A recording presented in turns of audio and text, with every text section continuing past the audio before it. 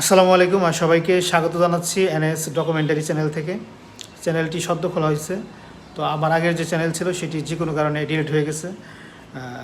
যাই হোক, আমি চাচ্ছি যে এনএস ডকুমেন্টারি চ্যানেলের মাধ্যমে আপনাদের সামনে গ্রাম বাংলার যে বৈচিত্র্য, আবহমান গ্রাম বাংলার যে চিত্র, সেগুলো তুলে ধরার জন্য।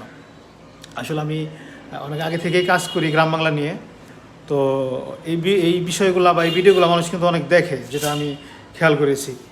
তো আমার গ্রাম বাংলার প্রতি অন্য ধরনের একটি টান, যদিও আমি গ্রামে বড় হয়েছি, তারপরেও তো আমি চেষ্টা করব যে গ্রাম বাংলার জীবনযাপন, মানুষের যে জীবনযাপন, সেগুলা আপনাদের সামনে তুলে ধরার জন্য।